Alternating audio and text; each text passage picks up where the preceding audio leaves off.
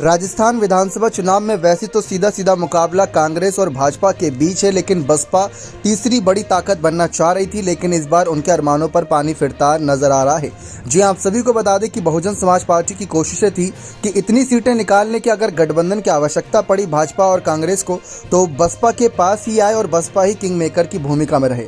लेकिन जिन सिपह सलारों के जरिए मायावती ये ख्वाब देख रही हैं, उस अरमानों पर पानी फिरता हुआ नजर आ रहा है। बसपा ने जिन नेताओं पर भरोसा किया और एकला चलो की रणनीति चुनी, वही वोटिंग से पहले भाजपा कांग्रेस के सामने नतमस्तक नजर आए। जी हां, राजस्थान में कुल 200 विधानसभा की सीटें हैं, जिनमें से 199 सीट पर 25 नवंबर को मतदान होना है। लेकिन अक्सर चुनाव जीतने के बाद खेमा बदलने वाले बसपा के नेताओं ने इस बार वोटिंग से पहले ही दोनों हाथ खड़े कर दिए। बसपा ने 196 सीटों पर उम्मीदवारों का ऐलान किया था, लेकिन जीत के लिए मैदान में उतरने से पहले ही 9 दावेदारों ने कांग्रेस और बीजेपी के सामने घुटने टेक दिए। ऐसे में मायावती कैसे किंग मेकर बनेंगी? दरअसल पूर्वी राजस्थान को बसपा का गढ़ माना जाता है, जहां से बसपा हर बार इतनी सीटें जीतने में कामयाब रहती है, जिसके दम पर तीसरी ताकत बनती रही। हालांकि इस बार इस इलाके में उम्मीदवार अपनी जीत को लेकर आश्वस्त नहीं है। अब तक सिविल लाइन, हवा महल, आदर्श नगर, जैसलमेर, पोखरण, सिरोही समेत 9 विधानसभा क्षेत्रों के बसपा प्रत्याशी ने पार्टी को गच्चा दे दिया। बसपा के इन सभी 9 दावेदारों ने कांग्रेस और बीजेपी का दामन थाम लिया।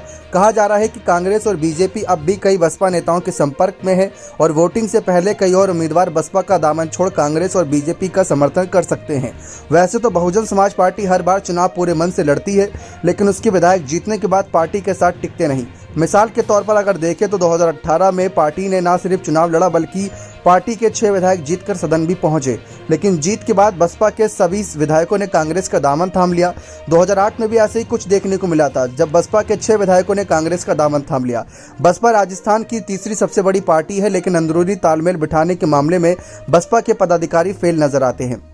इसके अलावा कुछ का मानना है कि शीर्ष नेतृत्व तक पार्टी के आम कार्यकर्ताओं की पहुंच न होने से पार्टी लड़खड़ाहट के दौर से गुजर रही है। ऐसे में कांग्रेस और भाजपा इस फिराक में है कि बसपा के नेताओं को तोड़कर उसके वोट बैंक में सेंध लगाई जाए, और वो कामयाबी होती नजर आ रही है। और ये एक इशारा है दोस्तों, क्योंकि लोकसभा चुनाव भी नजदीक है। अगर लोकसभा चुनाव में भी ऐसे ही कुछ हुआ तो मायावती तो फिर बैठी रह जाएंगी। अब देखते हैं हालात कैसे बनेंगे। बने रहे चैनल के साथ। बहुत बहुत धन्यवाद।